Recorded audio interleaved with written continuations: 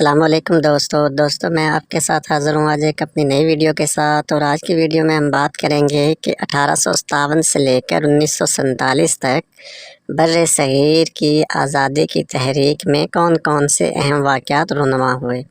لیکن اس سے پہلے جن دوستوں نے چینل کو سبسکرائب نہیں کیا وہ چینل کو سبسکرائب کر لیں اور بیل آئیکن کو بھی پریس کر دیں تاکہ میری آنے والی ساری معلوماتی ویڈیوز آپ لوگوں تک بآسانی پہنچ سکیں۔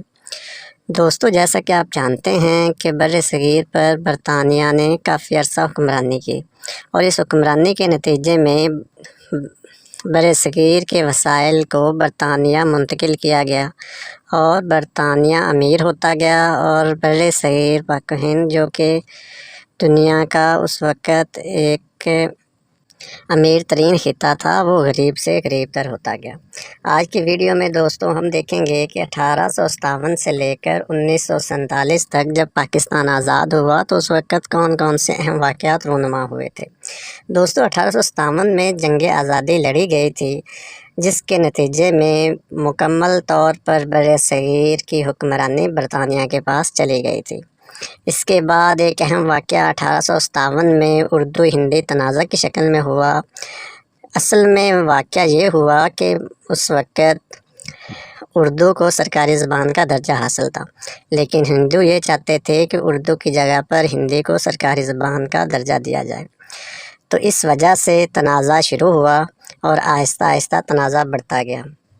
1885 میں 1885 میں انڈین نیشنل کانگریس کی بنیاد رکھی گئی، جو کہ ایک انگریز جو بیوروکریٹ تھا ریٹائرڈ، اس نے بنیاد رکھی جس کا نام A.O. ہیوم تھا۔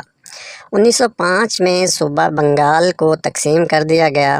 بنگال چونکہ ایک بہت بڑا صوبہ تھا اور مسلم اکثریتی صوبہ تھا تو اس کے انتظامی ضروریات کو پورا کرنے کے لیے بنگال کو 2 حصوں میں تقسیم کر دیا گیا، لیکن اس کی تقسیم سے ہندوستان کے ہندوؤں نے بہت زیادہ مزاحمت کی اور اس مزاحمت کے نتیجے میں 1911 میں تقسیم بنگال کی منسوخی کا اعلان کیا گیا اور مسلمانوں کو اس منسوخی سے بہت دھچکا لگا تھا۔ اس تنازع کے بعد مسلمانوں نے واضح طور پر یہ تحریک شروع کی کہ پاکستان کو آزاد مملکت بنوایا جائے جہاں پر مسلمان اپنی مرضی سے اپنے سارے کام کر سکیں اور انہیں ہندوؤں کے ساتھ ایک اقلیت بن کے نہ رہنا پڑے۔ 1906 میں مسلم لیگ کی بنیاد رکھی گئی۔ مسلم لیگ کی بنیاد اس وجہ سے رکھی گئی کہ اس سے پہلے انڈین نیشنل کانگریس موجود تھی جو کہ صرف ہندوؤں کی ایک جماعت تھی اور ہندوؤں کے فائدے کے لیے کام کر رہی تھی۔ 1906 میں مسلمانوں کو یہ اندازہ ہوا کہ ان کی اپنی ایک سیاسی جماعت ہونی چاہیے جو کہ مسلمانوں کے حقوق کا تحفظ کر سکے۔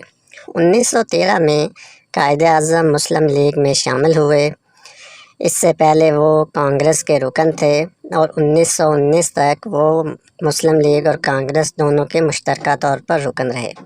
1916 میں میثاق لکھنؤ ہوا۔ میثاق لکھنؤ وہ واحد ایک میثاق تھا جس میں مسلم لیگ اور کانگریس نے مل کر بنیادی نکات پر ایک دوسرے کی بات مانی۔ 1920 میں تحریک خلافت شروع کی گئی۔ تحریک خلافت عثمانیہ کو بچانے کے لیے شروع کی گئی تھی کہ ترکی میں خلافت کو ختم نہ کیا جائے۔ اس تحریک میں مسلمانوں کے ساتھ ساتھ ہندوؤں نے بھی اہم کردار ادا کیا تھا، لیکن بعد میں جا کر ہندو اس تحریک سے علیحدہ ہو گئے اور یہ تحریک صرف مسلمانوں کے لیے رہ گئی تھی۔ 1928 میں نہرو رپورٹ پیش کی گئی اور اس رپورٹ میں مسلمانوں کے بنیادی باتوں کو تسلیم نہ کیا گیا، جس کے جواب میں 1929 میں قائد اعظم نے اپنے 14 نکات پیش کیے اور مسلمانوں کی اہم باتیں جو وہ چاہتے تھے وہ ساری باتیں اس میں بیان کی گئیں، اور نہرو رپورٹ میں ایسی چیزیں جو مسلمانوں کے فائدے کی نہ تھیں اور مسلمانوں کے خلاف جو باتیں لکھی گئی تھیں انہیں رد کیا گیا۔ اس کے بعد 1935 میں انڈیا ایکٹ تشکیل دیا گیا۔ 1937 میں صوبائی اسمبلیوں کے انتخابات ہوئے جس میں کانگریس نے 11 میں سے 7 صوبوں پر اپنی اکثریت کی بنیاد پر الیکشن جیتا اور اپنی پارٹی کی حکومت قائم کی۔ اس حکومت میں مسلمانوں پر بہت جبر کیا گیا، جس کے بعد مسلمانوں نے اپنی تحریک آزادی جو کہ تحریک پاکستان تھی، اس کی جدوجہد مزید تیز کر دی۔ 1938 میں علامہ اقبال کا انتقال ہو گیا۔ 1939 میں دوسری جنگ عظیم کا آغاز ہوا۔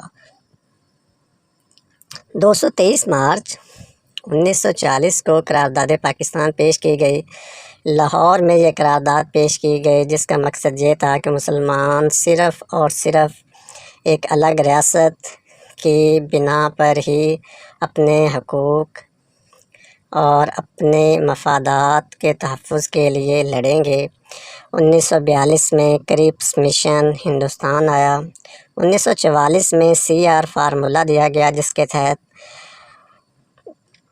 گاندھی اور قائد اعظم میں مذاکرات ہوئے جو کہ کامیاب نہ ہو سکے۔ جون 1945 میں شملہ کانفرنس منعقد ہوئی۔ دسمبر 1945 میں عام انتخابات ہوئے، جس میں مسلم لیگ کو واضح اکثریت حاصل ہوئی۔ 1946 میں مسلم لیگ کا مجالس قانون ساز کا اجلاس ہوا۔ مئی 1946 میں کابینہ مشن ہندوستان آیا۔ جون 1946 کو ہندوستان میں عبوری حکومت قائم کی گئی۔ 3 جون 1947 کو تقسیم ہند کے اصول وضع کیے گئے اور بالآخر 14 اگست 1947 کو پاکستان وجود میں آیا، جس کے نتیجے میں قائد اعظم محمد علی جناح پاکستان کے پہلے گورنر جنرل اور لیاقت علی خان پاکستان کے پہلے وزیر اعظم منتخب ہوئے۔ لیکن ہندوستان میں جو حالات تھے وہ اس سے مختلف تھے۔ وہاں پر جو آخری وائس رائے تھا لارڈ ماؤنٹ بیٹن، اس کو ہی وائس رائے یا گورنر جنرل بنا دیا گیا تھا، اور اس کے مسلمانوں کی تحریک پر بھی بہت برے اثرات منعقد ہوئے۔ جب پاکستان وجود میں آیا تو اس کو ابتدائی طور پر بہت سارے مسائل کا سامنا کرنا پڑا، جو مسائل نہ صرف معاشی تھے بلکہ انتظامی مسائل بھی تھے۔ دوستوں، ان مسائل کے بارے میں ویڈیو بعد میں تفصیل کے ساتھ ایک بناؤں گا۔ جن دوستوں کو یہ ویڈیو پسند آئی ہو وہ چینل کو ضرور سبسکرائب کر دیں اور لائک کے بٹن کو بھی پریس کر دیں۔ آپ دوستوں کا بہت شکریہ۔